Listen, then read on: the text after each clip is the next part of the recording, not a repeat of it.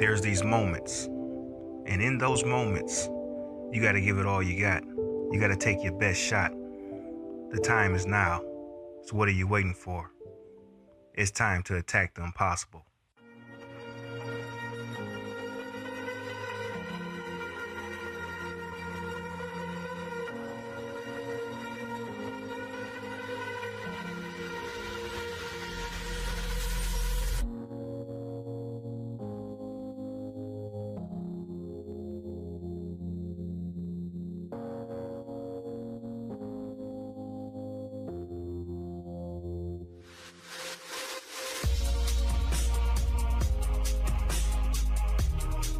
So what will you do with the moments that you have left?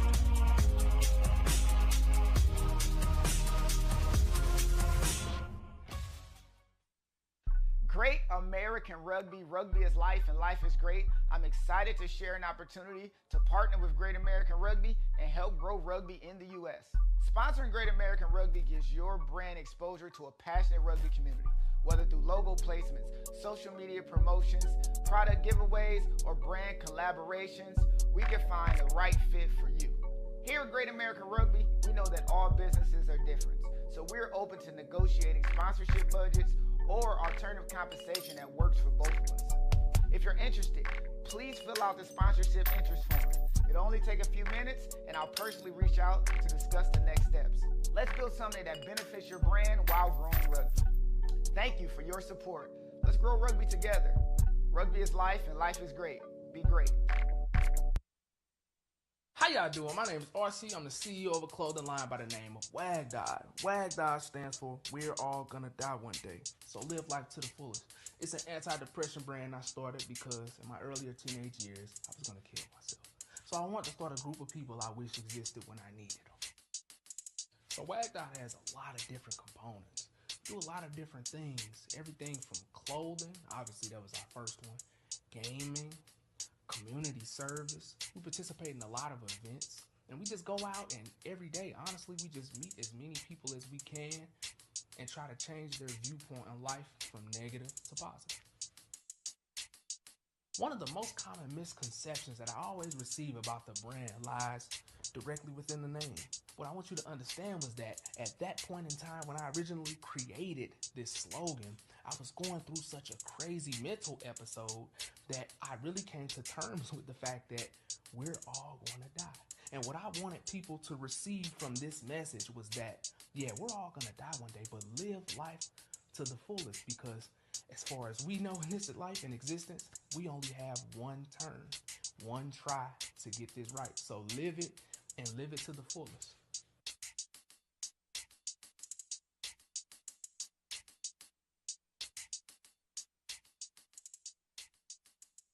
You know you want me, baby. You know I want you too. Cause I'm your honey, man. I'm really sweet on you. Take one taste of me, girl, and I will rule your world. I wanna grow together. Let's let our love unfurl. Beneath the pale moonlight, where we're dancing slow, I hear whispers of love.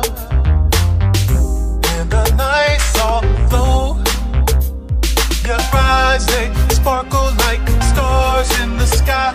In this moment with you, time just seems to pass by.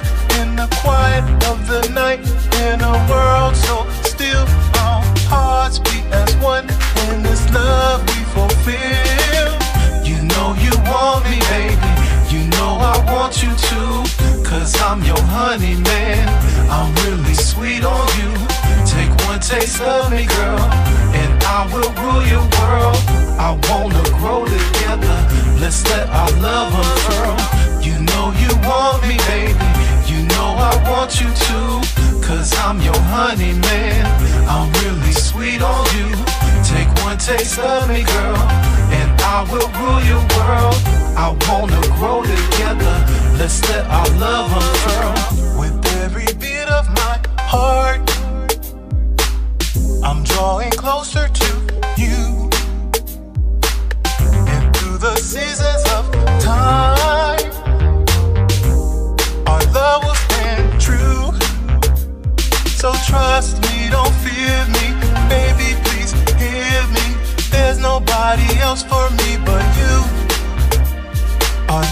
is never ending, it's only just beginning. And I can't wait to start with you. You know you want me, baby, you know I want you to. Cause I'm your honey man, I'm really sweet on you.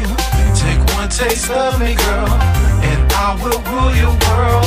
I wanna grow together, let's let our love unfurl. You know you want me, baby, you know I want you to. Cause I'm your honey man, I'm really sweet on you. Take one taste of me, girl, and I will rule your world. I wanna grow together, let's let our love unfurl. You know you want me, baby, you know I want you to. Cause I'm your honey man, I'm really sweet on you. Take one taste of me, girl, and I will rule your world. I wanna grow together, let's let our love unfurl.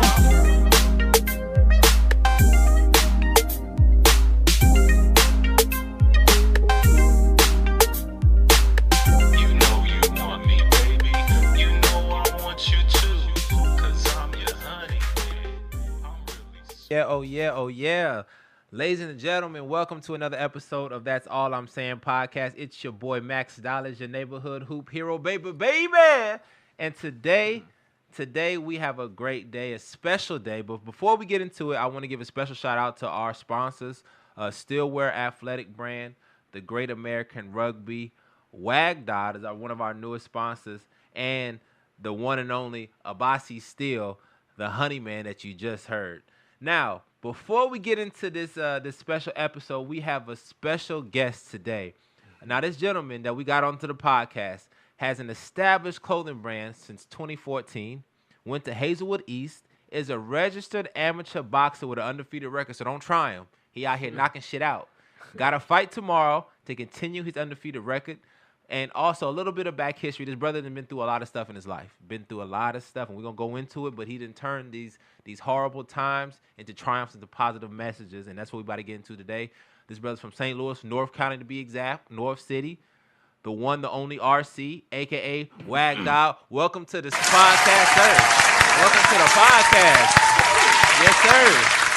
It's been a minute. I'm glad that we're able to get you on here today, man. How you feeling? I'm feeling good. Yeah. Sure. I just left the gym, too. Hey, knocking shit out. He getting ready for tomorrow. That's what I'm talking about, bro. That is what I'm talking about. So before we get started, let me go ahead and pull this stuff up.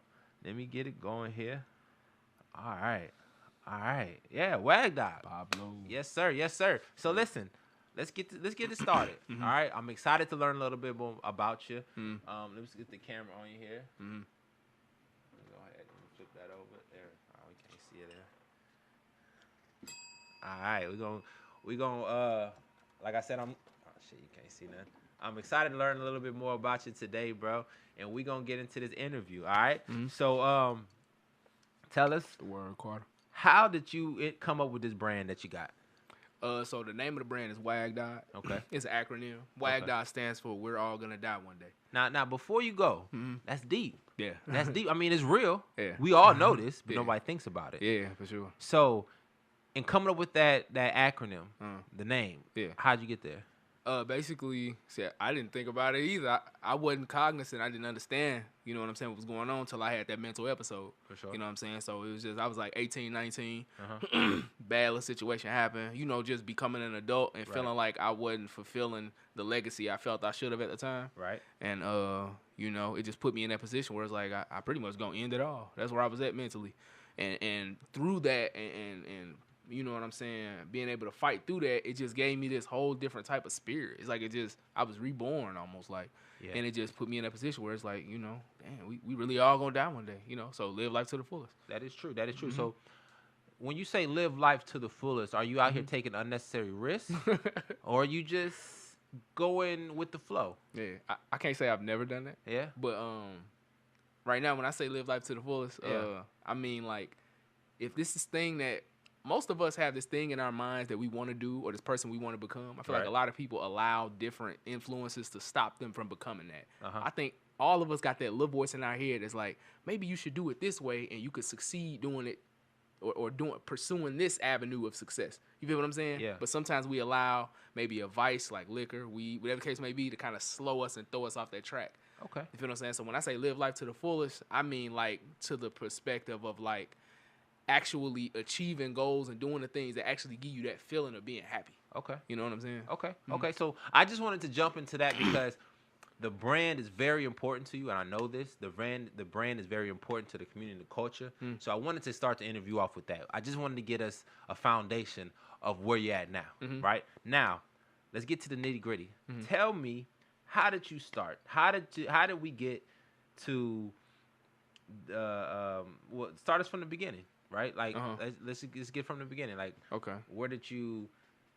I understand where you got the idea from, so we just got that. Yeah. Let's say, what is one of the major obstacles that you've had early on? Like when it came to like with the brand. Yeah, with the brand. So like the mental episode part, or more like the trials and tribulations of the business side of things. We can talk about both. So let's say one of the mental. What are the major obstacles you had with just developing the brand? Oh, developing the brand. Developing the brand. So it's like when I first started the brand, it was like 10, 12 of us. You know what I'm saying? We was all skateboarders and stuff.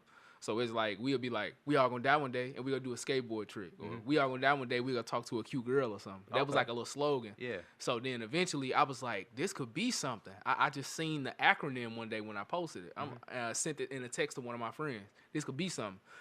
So I went and got a logo made. Well, one of my homeboys made a rough logo, and then I got it sent to a graphic designer who made my actual logo that I sent to you. Now. You know what I'm saying? Okay. And from there, basically, I got it put on some hoodies. And the crazy part was I was paying 30, I was paying 40 to get them made and charging 20 to sell them. Going backwards. Going backwards. Yeah. But I knew that once I put it on enough people, it was going to sell itself.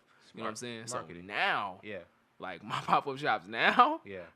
They doing well? Yeah. Oh, come on now. Okay. It's like now that I've understood, you know what I'm saying, how to get this for the cheapest, how to do that, how to make the product what it need to be. Right. Like it's crazy now. Right. You know. And you actually bought one of the shirts for me today. Yeah. We got a shirt here. Says "Fuck depression." Yep, I got one on too. Got one on too, which is true. Fuck depression. It's really it's all in your mind if Really? you think about it. Really? You know what I'm saying? Like you can control everything Yeah. that you go through. I got another T-shirt that say relax, it's all in your head. You know what I'm saying? Because it's true. Really, if you really understood the aspect of the mind, you could the word, y'all? You can go through anything. You know, because really, emotion is just a thought, right? You can control your emotions. You know what I'm saying? You can control your reactions. You can control everything. It's all in the mind. Right. So with this brand that you got, it's really just controlling your thoughts, controlling your mind, controlling your mental, because at the end of the day, we all gonna have the same outcome. For sure. You know, we all gonna die one day. That's what I'm saying. So why waste your time losing yourself? It's what I'm saying. You know what I mean? That's what I'm Like telling it makes people. sense. Yeah. You know, And it's easy to get distracted out here. It's easy to get distracted. But it's like I just really want people to like zone in. Sometimes you gotta take that time. But some people they need that vice to get to that place. Yeah. You know what I'm saying? Whatever it takes for you to get to that zone to where you can think and understand what it is you actually here to do, and especially if it's something positive, you know what I'm saying? Right. You got to be able to sit down and really focus in, because the voice be telling you. It literally will tell you what to do. Yeah. I just used to be procrastinating. Yeah. You know what I'm saying? But they said, you need to get up. You need to go down there, see Max about this interview. You need to go down there. All I'm doing now is I'm just on autopilot listening to what the thing telling me to do. For sure. You feel what I'm saying? For sure. But at first, it was almost like I was fighting it. Yeah. You know what I'm saying? Because Yeah. it forces you got to be on point. You Yeah. got to make sure you make stuff happen. Hold yourself accountable. You know what I'm saying? Yeah. That That's accountability. Your woo. inner being knows what's going on, but your flesh and your body kind of just rebels. Yeah. Once you become one with yourself, you be on your path, Mhm. right? And I feel like that's what you've kind of jumped into. You found your path. You figured some things out. You figured out how to win in life a little bit. So only thing left is just to elevate, right? Yep. Okay. Yeah. Okay. Now, in your journey to being a mogul with this brand, what is one of the fails that you had? Like, how did you fail in the beginning? Was it paying $40 to get it to get the shirts made and then selling them for $20, or would you say there was a different lesson that you had to learn to get to the point where you at now? My biggest lesson I had to learn was taking accountability, like you said earlier. Oh yeah, Taking accountability for the fact that a lot of the stuff that was happening with my brand was my fault. for sure. Like, it wasn't, people love to say, oh, St. Louis, crab in the bucket city. You know what I'm saying? Yeah. Hey, don't nobody support me. They hating. You know what I'm saying? Not to say, I never really had hate, though. For some reason, I don't know why. People never really just hated on me. Like, Yeah. people always supported me. Yeah. For whatever, I don't know why, but that's just why. You know what I'm saying? That they just did. You know what I'm saying? Yeah, for sure. But I used to find ways to be able to say, oh, it's because of this situation, or oh, I still stay with my grandma, or oh, it's this. But eventually, see, I moved to Atlanta. Uh-huh. And when I moved to Atlanta for them 4 years, that just completely changed everything. Because who can I blame now? So you were out there by yourself. By myself. Yeah. Totally just alone. Yeah. So them failures I was taking out there, it's like, damn, I can't blame this person, or I can't blame that circumstance. It was me. Yeah. So my biggest hurdle was me. Yeah. It was me looking into myself and realizing what I needed to do to step up to the plate to make this thing a success. Okay. So when did you end up going to Atlanta? So you developed the brand in 2014. Here. Here in St. Louis. How long after that did you go to Atlanta? I went to Atlanta, and I think it was like 2018. So after about 4 years of you having the brand, trying to figure it out, you said, "Hey, I'm gonna go to Atlanta." Yeah. And then in that thought process, you were thinking you was gonna blow up. Like Yeah, that was your reason of going to Atlanta. And don't get me wrong, Yeah. I succeeded out there. Yeah. It was the finances. Uh-huh. You know what I'm saying? I wasn't really doing the things that was necessary on the financial side to keep it running smoothly. Okay, so You know what I'm saying? what was one of the things that you were doing that you was like, I shouldn't have did that. That kind of set me back. Like, can you give an example? I mean, if we want to get real in depth, we could say alcoholism. Okay, That was like that was where your money was going. like from that it would sprinkle off into other things. So Uh-huh. like I spent a lot of money eating in Atlanta. Like you can spend $100 a night. Yeah. That's true. Easy. Yeah. Just going to this party. I go there and network, but I done bought 2 drinks and I done bought some wings and I'm sharing it with the DJ. Yeah. And I done spent $150, $200. Yeah. You know what I'm saying? Yeah. So it might come back later. It might not. Yeah. And I made that connection, but it's like, now I got to go home and face these bills. Yeah. You know what I'm saying? Yeah. So that getting rid of that liquor and being able to get that out of my life and keep that from controlling me, that was Yeah. like one of my biggest things. Yeah. Ask that question again exactly. Say it again. So I was saying, Mhm. while you were there, Mhm. what was one of the failures that Mhm. you encountered that you can look back and say, I shouldn't have did that. Now that I'm not doing that, it's not a failure. Like I learned from this mistake. Yeah. Would you say it was just spending your money on drinks? That was a primary factor. I'm Yeah. not gonna lie. Yeah. But it was that and just my financial stability, my financial literacy. Okay. There we go. So not knowing how to get the money and put what needed to go over here, over there. Financial literacy. Okay. That's what I'm gonna boil it Okay. down to, and that's what I learned down there. Yes. Cause I had 2-bedroom apartment, 1650. You know what I'm saying? So it's like you cannot take no break down there. No. Like you gotta work. Yeah. So that's what taught me. Oh, you gotta work 7 days a week sometimes. Yeah. You gotta get this warehouse job and you gotta go crazy. Right. And Responsibility. coming down there, Yeah. like going down there, that's what really turned me into a man. You Okay. feel what I'm saying? Okay. So once I overcame the financial hurdles, I'm like, oh, so I'm good here. I'm gonna just go back to the city, drop my expenses down, Yeah. keep that same hustle mentality, Right. and now I'm gravy. Right, You feel what right, I'm right, saying? right, and right. now the brand is succeeding at rates that I've never seen. For sure. You know what I'm saying? Okay, so you saying not being financially educated kind of held you back a little bit, but you was able to overcome that. How did you overcome that? Did you take a class? Did you get a mentor? It was just time, like you doing enough for trial and error that you kind of figured it out? It was the trials and tribulations Yeah. of falling behind on bills. Yeah. And stuff like that. Yeah. Okay. And what I'm trying to figure out. Ooh, so I got hit hard putting in money with the manufacturers Uh-huh. to make my clothing and got played twice. Yeah. First one I put like a $1,500 down. For how many hoodies or shirts? It was like hoodies, sweatpants, and I think hats. Uh-huh. No, hoodies, sweatpants, long sleeves. I had them in gray, black, and white. So it was a lot. It was a lot. So did you get a sample first? I didn't understand. Uh-huh. I didn't That was that yeah. trial and tribulation. Yeah. And I flew out to L.A. Yeah. to the manufacturer and seen everything, and it looked great. Yeah. You know what I'm saying? In Yeah. person, but he knew I didn't live there. Yeah. You know what I'm saying? So he just sent me some crap, bro. Like he did, and another company. I went to their spot in L.A. too. Yeah. And I spent about, I think it was like $1,000 with them, and they did the same thing. Same thing. Yeah. So they just sent me some bull crap. Like it was like the quality wasn't super bad, but the sizing was off real bad, and they knew it. Yeah. You know. So that taught you what? So samples first. Yeah. And paperwork. Paperwork is very important. Yep. Yeah. So now, like, you ever heard of Alibaba, right? Of course. So you go on there now, they got this new thing called trade assurance. You ever heard of it? I haven't heard it, no. So it's this new program they got on there. I just got 2 refunds back because I went and you place an order with the people. Don't send them nothing on PayPal. Make them send it to you through Alibaba through the trade assurance thing.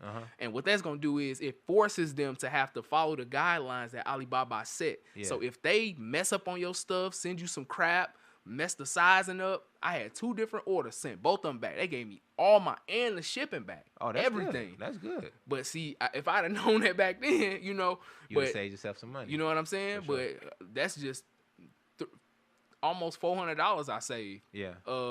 You know what I'm saying? So that's something I recommend for anybody that's using or doing anything overseas. So with Alibaba, they have a trader's insurance. Yeah, it's called trade assurance. Trade insurance. And you have to make them send your invoice through Alibaba. Yeah. Because they will try to, just PayPal us or just Western Union if they send you. They slick. They try to get you. They try to get you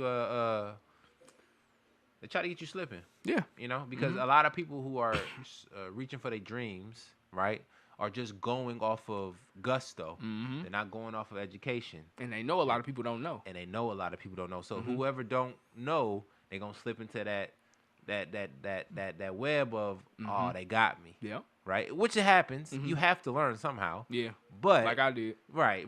And we all take some pitfalls, we all take some L's, but how do you respond from it? Right. Exactly. That's the key. Now that we figured out how you overcome, right? You got smart, financial literacy. You realized that you got to get this money 7 days a week. Yeah. Right? You came back from Atlanta, understood that I need to lower my expenses. Once I lower my expenses, I can live better. I can put money into the business, and I can see the business grow a little bit more because I know what I'm doing. Exactly. Okay. Okay. It sounds like you're a very smart brother, man. Hold on. Let me go ahead and get this. Hey,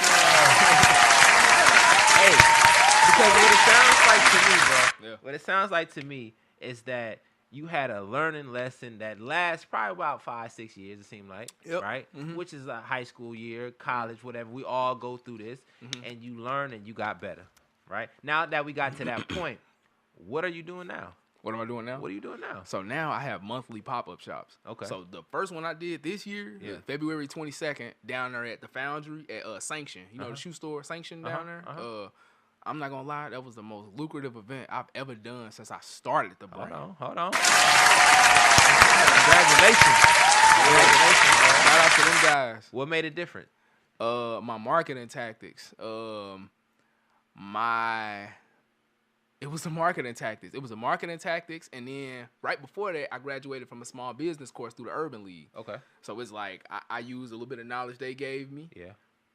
I made sure I marketed properly and early, at least a month, and it was like a month and a half before that. I'm at least one big post a day, and then the rest of it was just new clothing coming out, like at least 3 to 5 posts a day, something like that. Yeah. And it just went crazy. You know? Were boosting it as well, or you didn't have to boost This was all organic. Yeah. I ain't even got to that part yet. When we get to that part, come on, man.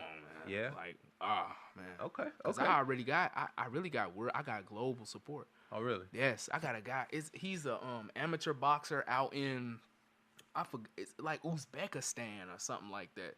I sent him a shirt. He fought and he was training in it, all type of stuff. Did videos with it and stuff? Yeah, most definitely. I got to go back and find this stuff. But it's like, marketing. Yeah, I got one of my homies. Every time that he go out of town or out the country, he asked me for a bulk of stickers. He went to Japan twice. Yeah. And each time my primary marketing tool was these stickers I used to have. And I still got some in the car. I might give you some probably about. Okay. But I used to give him these stickers, and he go to Japan. He went to London. Yeah. And he just going out there putting for me. There's places that I may never go in my life. Right. And he out here putting stickers up. Yeah. And I'm looking on my website, looking at the analytics. Man, these people straight coming to the site. Really? Yes. So them stickers work. Straight putting orders in. Yeah. London. See, but There's people out there that got my merch. You got a great slogan, a great brand, because people are depressed. Yeah. I was depressed, right? I get it. You know, like it's a ongoing fight that everybody has. You know, it's an everyday thing. You will feel depressed. It could be temporary, right? You can be happy for a second and then get depressed in a second as well. Yeah. You know what I'm saying? Like it's a very temporary thing. You can make it last forever. So the brand that you have is very, very well connected to people's souls and emotions because it's an everyday thing. And it ain't going away. Man. So kudos to the brand, huh? Yeah. Kudos to the brand. Now that we know what you're doing now, what do you do? What do you plan on doing next? Right now I know you got the pop-up shops, right? And you said your first pop-up shop in February was very lucrative. You got one more coming up? You got some more coming up? Yeah. So I did one February 22nd. I did one March 29th. I did one on the 19th. So that was the day before 420. So I had like it's a 420 kit. So it was like, I got this Alibaba too, but they did a great job. They ain't messed my stuff up. So it was like a little pouch. And I'm going to let you see it before we leave. It's like a little pouch. It got a rolling tray, a grinder, and an ashtray in it. And Should have brought it in. On me, dang. Okay, It's cool. look. It's cool. Oh, God, look. And it say F depression. Yeah. But it's like 2 blunts, and then the smoke is the words fuck depression. You know what I'm saying? Yeah, for sure. Because it was just for that, that 420 type of vibe. For sure. And so that was just that last one. And what I did now is a organization called Places for People. So I just did an event with them. I basically go out there and help volunteer, and it's all these bunch of different mental health services and organizations and stuff that's here in the city I didn't even know existed. But they all had like this thing down there by the Soulard Market, and they just all giving out their information and stuff like that. So now I got a lady, she finna give me like some free training to be able to help people that's going through a mental health crisis and point them in the direction that they can go to get the help. It's like it's a certification that I'm gonna get like an actual certificate for. Okay. So that's what I'm finna focus on in the future is just doing more events that actually cater towards the reason why I started it. You know what I'm saying? Okay. So like all of those mental health organizations that I connected with while I was there, you gonna see up and down my page me just dealing with them people more, and I really want to deal with kids. Okay, look, this the big one right here. Okay. So my homeboy Marco, he got this thing called, it's like a anti-bullying boxing camp. It's called Knockout Bullying. So what they do is they go and train kids how to box and teach them different things of how to build their confidence. So that way, you know what I'm saying? They not getting bullied in school. Right. So it's not teaching them how to just fight, but teaching them how to put them in that mentality where they can just get around the whole obstacle of being bullied in the first place, because now you got confidence now. Right. And the whole thing about a bully is most of the time they just trying to pick on somebody that they think not confident. you know what I'm saying, gonna stand on their 10. Yeah. But once you gain that confidence, especially from boxing, you know what I'm saying, you know what I'm saying? And a person can look at you and tell that. You know what I'm saying? They know. People know when you somebody that's gonna stand on it. They can smell it. They know it, you know? Sure. So that's like another big one that I'm finna be working on with them, this next camp that they gonna do. Okay. Okay. Well, congratulations on that as well. Hold on, let me go get it.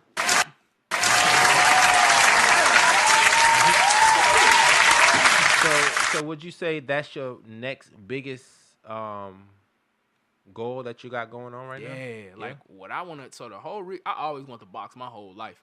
So when I was 14, that's when I got fight night. Okay. So I had got fight night. It's like round 2, round 3 or something at the time. Fight night was always fun. You know what I'm saying? For sure. So, but I want to take it serious though. But I wasn't there yet. Yeah. I wasn't dedicated enough. My mom took me to multiple different gyms. I would go for a while, but being young, I just wasn't consistent. Right. So when I was in Atlanta, like when I'm growing in this way, that's when I started growing into boxing. I started a fight club in Atlanta. Oh, really? There's a skate park out there, Fourth Ward Skate Park. I'm in we in a bowl, like the pool. Yeah. We down in there with the gloves out. I'm gonna tell you a story. Let me tell you something. Go ahead. Like I was in Atlanta, right? It's this park. I love this park, 4th Ward Skate Park, right? I love skate parks. I used to skateboard. And there's a certain type of vibe that's out there. Okay. When you around that skateboarders, they all cool. Yeah. They just smoke their little weed and skateboard. That's all they do is have fun. Yeah. So this was my spot. I went and got a bag, a sports bag. I got a frisbee, basketball, football, and the boxing gloves. I got a 10-foot flag made. The flag say, got depression, and it was a question mark in my logo at the bottom. Okay. So every day I would just meet new people at the park and be like, I'm finna change your mindset from this to that. You know what I'm saying? From whatever it is you got going on to we finna come out here and have fun every day. So with that being said, that's how I started that fight club. And we get down in the pool, and we down there. One day I just looked up. Like, I got footage of it. I just look up one day. It's 20, 30 people just hanging with their legs hanging off the side of the thing, just watching us down there box. I had to sit back and realize, like, I be doing a lot of stuff, bro. Yeah. I be doing a lot, like, but what I'm saying all that to say, that inspiration and my ability to know that I can affect people in that way and start little gatherings and stuff like that. What I want to do is I want to get these amateur fights under my belt. I want to win Golden Gloves. Okay. Get solid as far as my foundation with boxing, and then I want to go back and train kids that was like how I needed at that time. But how would you, because you also said that when you were a kid, your mental wasn't there to even accept or understand what was going on. How are you going to be able to break that wall to get to a kid like you were in order to get them interested? I didn't know of me. Okay.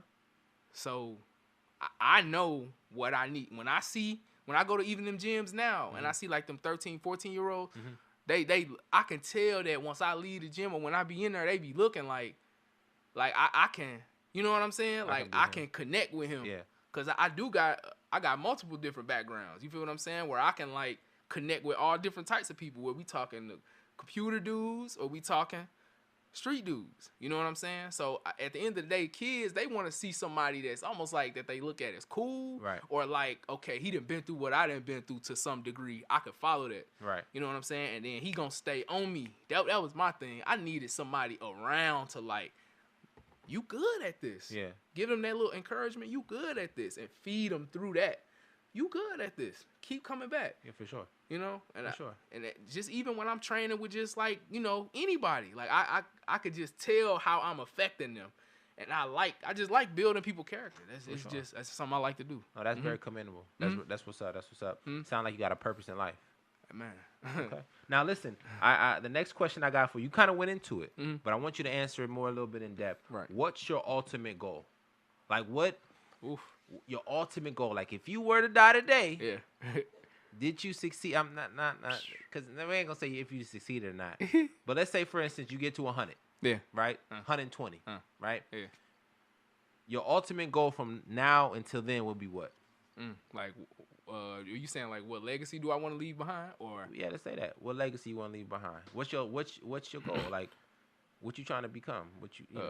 I want people to be able to like look at my life to whatever point that I was at, and be able to jump in that lane that I created and ride that same wave to become successful in their own way. You feel what I'm saying? Okay.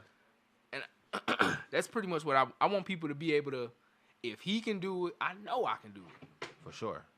You want to be that aha, like if he can do it, I know I can do it. Come on now. For sure. Because especially like once you see what I can't, just the nerdy little, you know what I'm saying? Yeah. If he can come from this, and I'll be so transparent about everything, because it's like I know that's what's gonna help him connect. Because it's like, bro, if this dude can come from getting bullied in school, and then he turn out to, you know what I'm saying, be a great boxer. Yeah. You know what I'm saying? Having a business and traveling the world. I just got my passport too. That's a whole nother. Congratulations. Look. It's easy, but it's not easy. Look, just got my passport. What was that in February? By March, Mexico. Gone. Yeah. That was my first time leaving the country. So I'm doing all this stuff like for the first time. Yeah, Got on a hot air balloon and went over the top of the pyramids. Yeah. Like I'm just doing right now. You seeing new shit. Yeah, right now I'm on a wave. I'm not letting this go for nothing. For sure. You know what I'm saying? So your ultimate goal, Would it be success with the clothing brand? Mhm. Would it be a pro boxer? Mhm. Would it be mentorship, trying to set up these kids Mhm. into having a better life? Yeah. Like you know, like, So, when I always think, like, I've got to ask that question before, and when I think into the far future, I want to have something like a Wagdod hotline. So Okay. it's like, okay, say you call this phone, you got some mental issues going on, basically like a resource hub. You know what I'm saying? So you come in here, you got mental health issues, okay, we'll send you to a person that can help you wherever is near you in your city. Then after that, okay, you've got a little bit more control over the mental aspect of things. Now you want to go be a carpenter. So what we do is we connect you to a person that has connected with our thing, and they know what you dealing with, and they maybe have dealt with that, but they a carpenter. So what they do is you pretty much, okay, you got your stuff together here.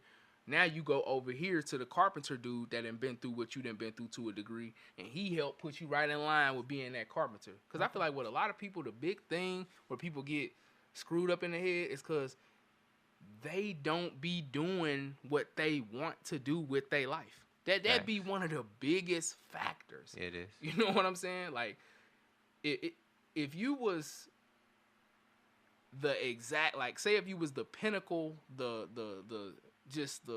best version of yourself that you possibly was. Yeah. I feel like it's 90% of the things that you going through, whether it's females, whether it's this, whether it's friends, a lot of that stuff really ain't gonna even matter. No, It's like, because you happy. you know what I'm saying? Yeah. Like, you know, I wouldn't even be. I remember back when I was young, I'm tripping off little girls doing little stuff like this, but it's like, bruh, like, okay, you do what you did, okay, that's cool, but it's like, I'm finna go make $1,500 tomorrow off this brand. Yeah. So it's like, that's cool. You know what I'm saying? Go deal with little dude. Go do what y'all do over there. I'm finna get to this money. Yeah. You know what I'm saying? I'm finna go achieve my goals. I'm finna go, you know what I'm saying? Because I got a direction now. But when I didn't have no direction, it was easy for me to be misled by other things in life that don't make sense. For sure. That makes sense. Yep. Now we get into the end of the interview. All right. What is one thing that you want to leave the people with? You got a saying, a quote, one thing that you would say, I left my statement with these people, they gonna remember me. You know? Man. I'm always gonna say, man, we all gonna die one day. Hey, the acronym, Wagdod, because it's true. You gotta live life to the fullest. You gotta accomplish your goals. You gotta get out here. You gotta make it happen for yourself. You got to. Fuck depression. Come Fuck on it. now. Fuck it. Come on. No, for sure. Yeah. All right. So you're basically saying what you want the people to remember is what again? We're all gonna die one day. Gotta live life to the fullest. Live life to the fullest. Accomplish your goals. Accomplish your goals. Yes. Hey. Knock them items off the bucket list. That's all I'm doing. No, for sure. Yeah. Satisfy yourself, because at the end of the day, you got to look back at your life and say, I'm happy. And that regret hurts so bad. For sure. That pain, that regret of sure. I could have did this and that opportunity will never arise again. Yeah. That's a pain you never want to feel. You don't want that again. You don't want to have that feeling. No, you don't. No, you don't. Now, we appreciate you coming on the show today. You know, that is our time. It was a great interview. We're gonna put some sponsors back on, and then if you want, you can stay. We're gonna talk a little sports. You feel me? But hey, today was a great day. We had a great episode with Wagdod. His website. Tell the people your website. Where you can find me at Wagdod on everything. Yeah. And once again, Wagdod is WAGDOD. Okay. So it's at Wagdod on everything. Wagdod.com. Wagdod on everything. You know what I'm saying? Instagram, Facebook, Yes. TikTok, Everything. Twitter, everything. Everything. Well, again, we appreciate you coming in today. Ladies and gentlemen, Wagdod.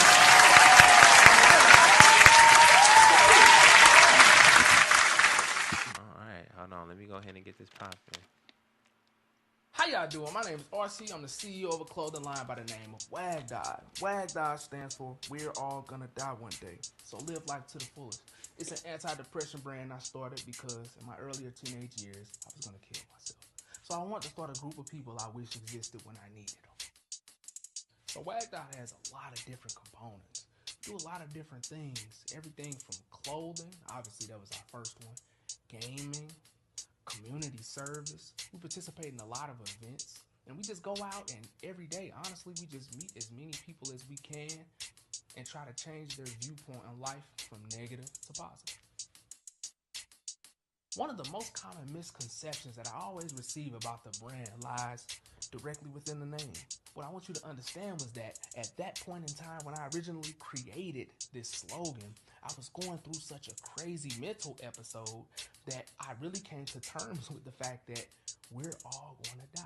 And what I wanted people to receive from this message was that, yeah, we're all going to die one day, but live life to the fullest, because as far as we know in this life and existence, we only have one turn, one try to get this right. So live it and live it to the fullest.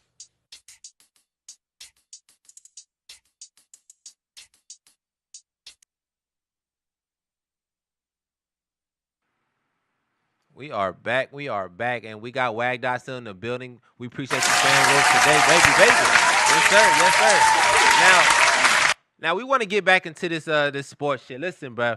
Listen. I know the Lakers lost yesterday. It's fine. It's fine. That does not take away from LeBron's legacy. What is y'all talking about, bro? Like, this shit is crazy. Y'all trying to say like LeBron's a bum, and he's not. He's 40 with a team full of bums, and JJ ain't even do the right shit. You know what I'm saying? Like, who does not want to win the game? You tell me that. If you got a coach and he out here with a team that can win and he don't play the players that's going to win, it ain't the players. It's the coaching. And all y'all want to say, oh, LeBron's never at fault. He's never the problem. He's not. He's not. You blame the people who deserve to blame. The man averaged like 25 in the whole series. Like, come on, bro. The nigga's 40. And y'all act here tripping. But that's neither here nor there. Just understand LeBron is still the same person as he was before the series started, the beginning of the year, and the year before that. He's the GOAT. All right? Come on, people. This is the same years that Jordan was with the Wizards.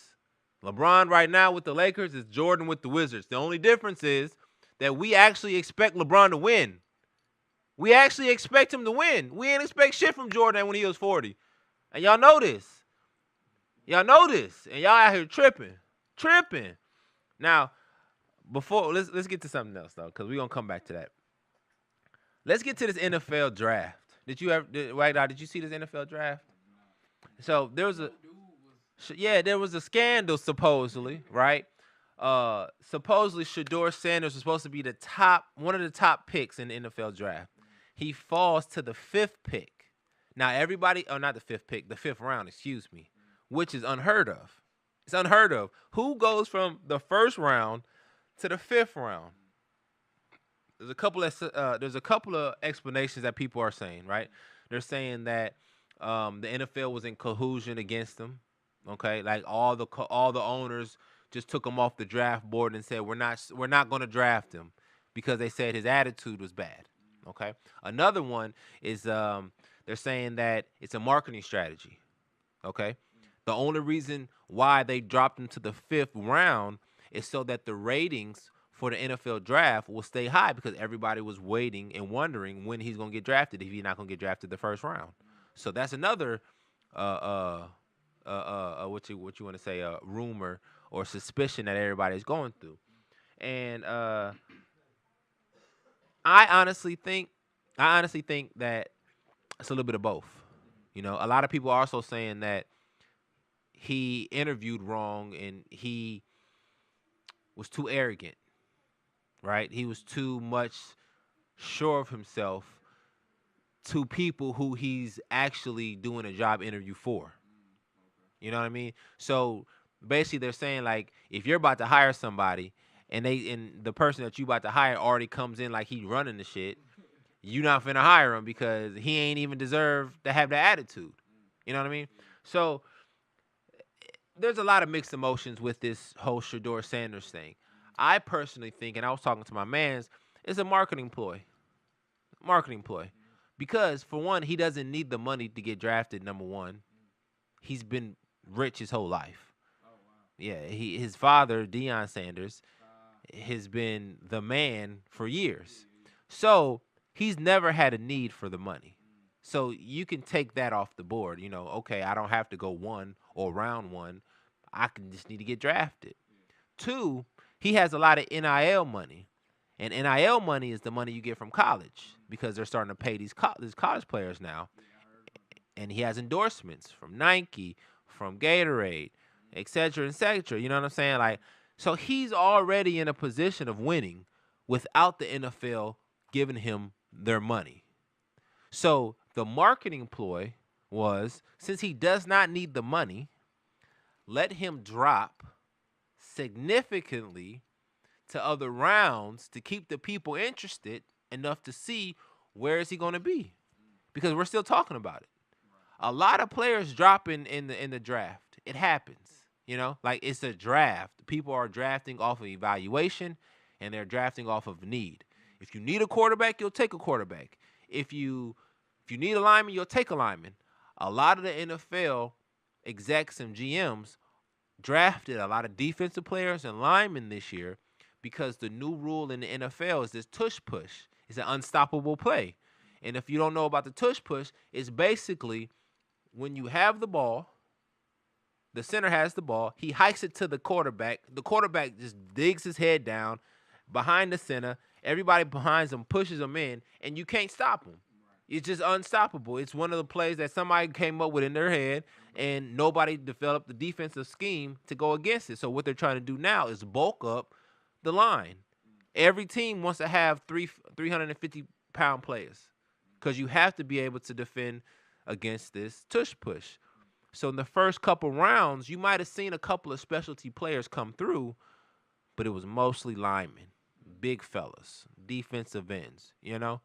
That's just one of the things. And so a lot of people are going with that route as well. I personally said, like I said, it was a marketing scheme. Now, if you look at the aftermath, he's the most popular player that's coming into the next year's season. Everybody's talking about him. His jersey sale is top 3, and he wasn't even drafted high. Usually, the higher jersey sales go to the most higher draft picks. But he's one of the most popular players already. So, it worked in his favor. Where'd he go? What team he went to? Cleveland Browns. Yeah. Sucks. Yeah, sucks. Because nobody wants to really play for Cleveland Browns. Nobody. It's really no man's land. The best player that ever came out of Cleveland is going to be Jim Brown. And that's in the 60s, ain't it? Like, you know what I mean? Like, it was a long time ago. So, Shedeur is coming into a situation where there's not a lot of winning history. The fans expect winning. Will they get it? I don't know. They got a great defense, got some great receivers. Lineman is shaky. So we're going to see. It's going to be actually an interesting year coming up because, you know, we really don't know what's going to happen. We really don't, you know. We're excited to see what Shedeur does. We're excited to see what Travis Hunter does. We're excited to see what Cam Ward does, you know. And we're excited to see basically just how the Browns react to the situation because they also said that they were picking the best players available. But they also picked somebody that was ahead of him as a quarterback. They picked somebody ahead of him, but on the sheet, he was not the best player. Shedeur was better than him. So it was a lot of confusion going on here in the NFL, and you know, it's interesting. It's interesting. They've been getting real tactical with their marketing. Oh yeah. Especially ever since back when they had the Super Bowl issue with what was the Kendrick? No, the dude that with the knee down. Kaepernick. Yeah. Didn't they like their views kind of go down at some point in time after that, and then the Super Bowls is what kind of brought them back up, like when Jay-Z came back and. Yeah, you can say that. You can say that because the thing about it is that if you have a protest, right? Because again, this is a business, right? Even though we know it's a sport, we love the sport. It's really a business. If you protest against the business, and the protest is something that is like racially provoked, it can last a long time if you don't stump it in the foot, right? So the whole Colin Kaepernick thing really was, I believe, was a big misunderstanding when somebody was protesting that something that is, true, police brutality, but they just felt like he was doing it on the wrong stage where there's no such thing as a wrong stage when you're protesting something that is, right for you. Took it as you disrespecting America. Right. He's saying, I'm just standing up for this particular issue that it's obvious that's there. Exactly. Exactly. And when you don't want to address the situation head on, you kind of balloon the situation, make it bigger than what it's supposed to be, And that's what I think kind of happened in the Colin Kaepernick thing. They kind of ballooned the situation and made it more than what he was actually going for. And, I mean, it is what it is, actions have reactions, So that's just one of the things. So I'm glad you brought that up because, that is in similarity to kind of what's going on now because they were trying to say that it was a racial thing as well, strong black kid with a father who is strong and willing to speak his mind, and they're trying to say that, the NFL, which is known to have a lot of white owners, was kind of trying to set an example, right? Kind of a public lynching in a sense. You know what I mean? Exactly. The only problem is this might backfire if that were happen to be the case because if you also heard the defensive coordinator for I believe the Falcons son prank called Shador. He prank called him saying that he got drafted. Okay? It was a prank call. Now that coach and the team is fined $250,000. I mean, the coach is fined $100,000, right? Yeah, because the number, from what I was told, he had just got that phone for the draft. So whoever were to call, it was going to be one of the teams. You know what I'm saying? So that's why he answered the phone because he was expecting it to be a team.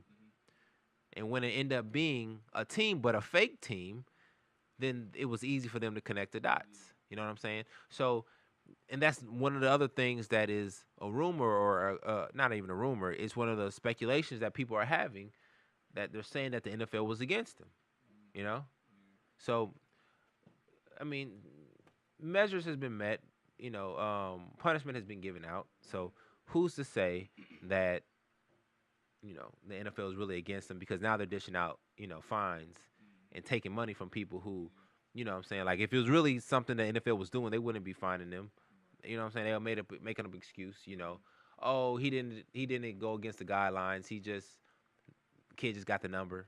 You know what I mean? So How you think things gonna be for him in Cleveland? I mean, considering it's gonna be the type of player he was, and then going to a team that's of that caliber. it's gonna be tough. It's gonna be tough. You can't go to a franchise who is used to losing and expect to win immediately. It's hard because the mentality is losing. You know what I'm saying? Like if let's say for instance he went to the Patriots.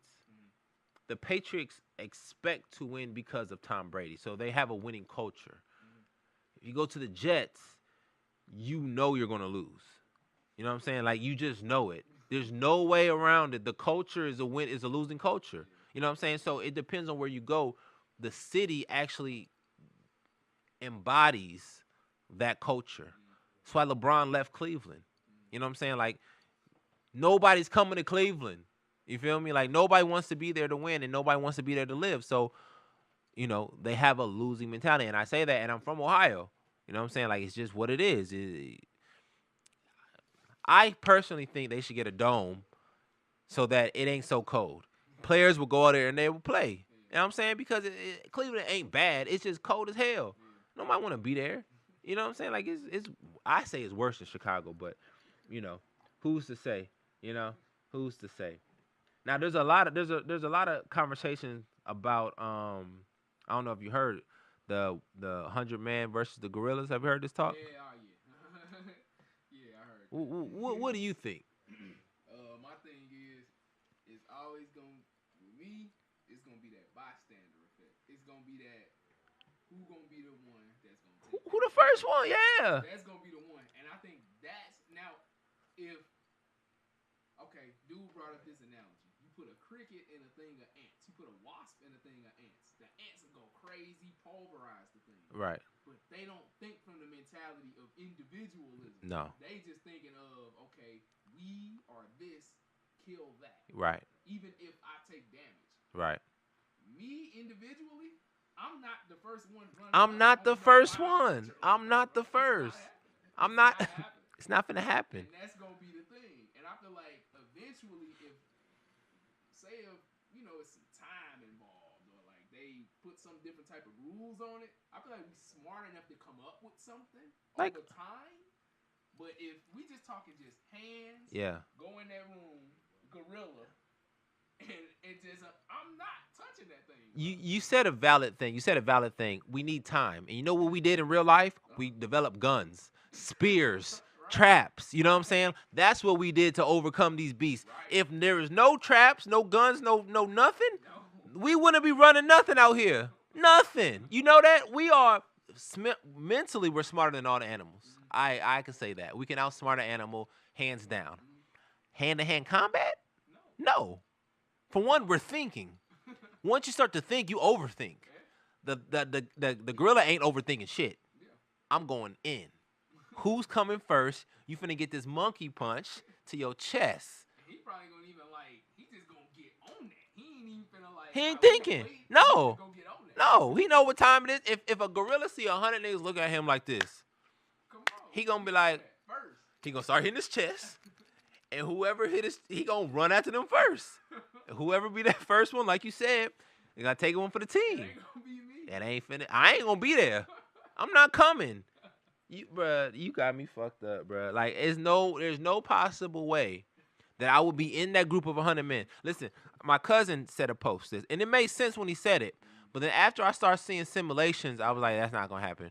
He said 30 men grab one arm of the gorilla, 30 men grab another arm, 30 men grab a leg, other 30 men grab a leg, right? That's 30, 30, 60.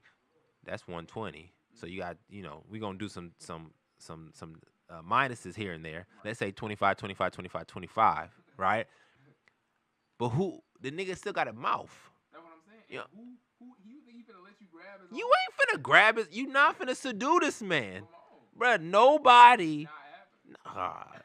The man walks on his knuckles. You know what I'm saying? You walk on your knuckles? No. Mike Tyson ain't finna knock this gorilla out. And he the most scariest human we got. We scared of Mike Tyson. If Mike Tyson walked up to you, you wouldn't fight him. No. Exactly. So at this age, no. So you thinking if a gorilla silverback walk up on me and I won't fight Mike Tyson and I know he can, bruh, ain't no fucking way. Ain't no way. These niggas crazy. I saying they was talking about like the push and pull force that they have. Like they can literally pick up a car. If they want, they could bench press a car. Bruh. You know what I'm saying? They got enough pull force to yank your arm out the socket. Like literally yank it off like you eating chicken and pull the wing off. That's how they can pull your arm out of socket. Ain't no way, bruh. And they can grab with their feet. That's what I'm saying. What? No, they got, bruh, there's no way. There's no way 25 grab this on. He gonna grab you with his leg. Somebody gonna let go. Because he gonna growl. Somebody gonna get scared. And if somebody gets scared, like, okay. Do you jump easy? Like, let's say, for instance, you hear a loud noise. You might jump. Right? It's natural. We're not expecting this nigga to growl. He gonna jump. And once you let go, he gonna get free. And it's over with. It's over with, bro. Like, everybody talking and saying all this shit so they see what happened to the first person. Exactly. So they see what happened to that first person. Everybody, yeah. I'm thinking twice. Listen, if you give us a pot of money, everybody get $1 million, right? Let's say, for instance, that's the goal. 100 men, $1 million each to fight this gorilla. Maybe, but I want to be number 98. You feel me? I'm 98. I want to see the first 97 people go in there. I want to see 2 people behind me because they might bitch out. You know what I mean? I just want to be right there because ain't no way. 9 to 8, I'm in the back. 98, I'm in the back. There's no way I'll do it. That's one of the things that I was seeing. Now I wanna bring this up because a lot of people on my Instagram talking about how this is Steph Curry's era over LeBron. Okay, they're talking about how if Steph Curry wins another championship this year, that he actually has overtaken the era from LeBron James. It's not possible. It's not possible. They're saying that he did it organically. He was at one place. They brought all the players to him and they won on his team. They went through the draft, they built the team, and as him being the focal point, he is the GOAT of this era. It's it's a strong case, but I'm not going for it. I'm not going for it, people. I'm not going for it. For one, the man is a liability on defense. He doesn't even play when the crunch time happens. And I'm not throwing no shade. There's no shade here for Steph. All I'm saying is that when it comes down to it, him and Luka play the same defense. You know, they attacking him on D because he can't stop him. It's the same thing. So they take him out. When it's time for them to play defense and when it's time for them to play offense, they sub him back in. That's not a GOAT. That's not a GOAT. He's a great player. He's a great shooter, the greatest shooter. But he won because of great teams, not because of him. The first finals, it wasn't because of him. The second finals, it wasn't because of him. The third finals, it was not because of him. The fourth finals, it was because of him. Because he was by himself for the most part, and he had learned from the first three finals. He understood what he had to do. And actually, if you pay attention to it, he was given the MVP. We all knew he deserved it, but he didn't play the best basketball his fourth NBA championship. We know this. Now, this year, if they play, they're playing very well, the Warriors. Him and Jimmy Butler and Draymond Green, they're doing well. If they win this year, he might be at his peak and deserve the NBA Finals trophy because he is going to go for about 30. I believe that this Steph Curry at this particular time is the best version of Steph Curry we're ever going to see. He's more confident. His jump shot is more smooth. His handles is on point. He can finish at the rim better. He can protect himself better when he goes in for layups. His float game is great. It's just his defense. And if that's the only thing that y'all hating on LeBron is that he didn't get a Defensive Player of the Year, Steph never got Defensive Player of the Year. The fuck? This nigga don't play defense. And y'all over here saying that this is Steph era. Come on, man. Like, be for real, bro. Like, the man is great. He's great. He is a shooting star, just like LeBron. The only difference is that all he can really do is shoot. That's it. He is, but his best attribute is shooting. His best attack is shooting. His basketball is a two-way sport, just like boxing. You got to be able to strike, you got to be able to defend. He can't defend. It's just simple as that. In crunch times, they attack him. The greatest shot of Kyrie Irving's career is against Steph Curry. He hit him with a bop, bop, bop. Shot in the finals, nuts. Crazy, right?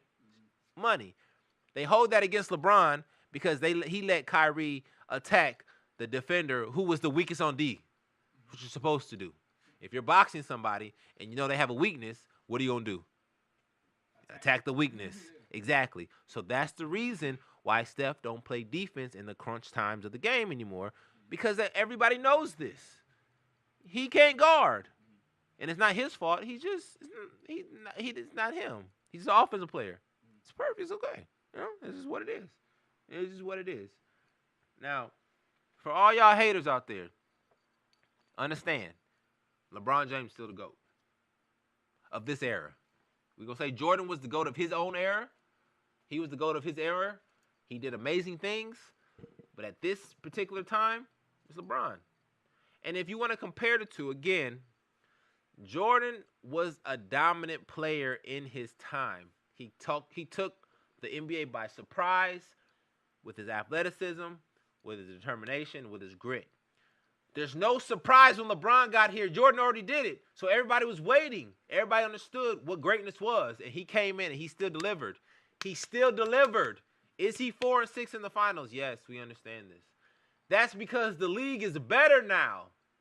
The league was good when Jordan played. We know this. It was good. The league is better now. It means better players, better competition, better coaches. Technology is better. So obviously it's going to be a lot harder for somebody to win 6 freaking championships, 3 for 3, like Jordan. It's not going to happen. The league ain't even going to let it happen. Fucking people killing me. All right. Other than that, it's been a great episode. We had a great, amazing interview with Wagdod. We're going to give him a round of applause one more time. Let me find my stuff. We appreciate you coming in today, my boy. If you want some merch, wagdog.com, right? IG, Facebook. We got it here. It says, fuck depression. Because really, fuck it. Fuck it.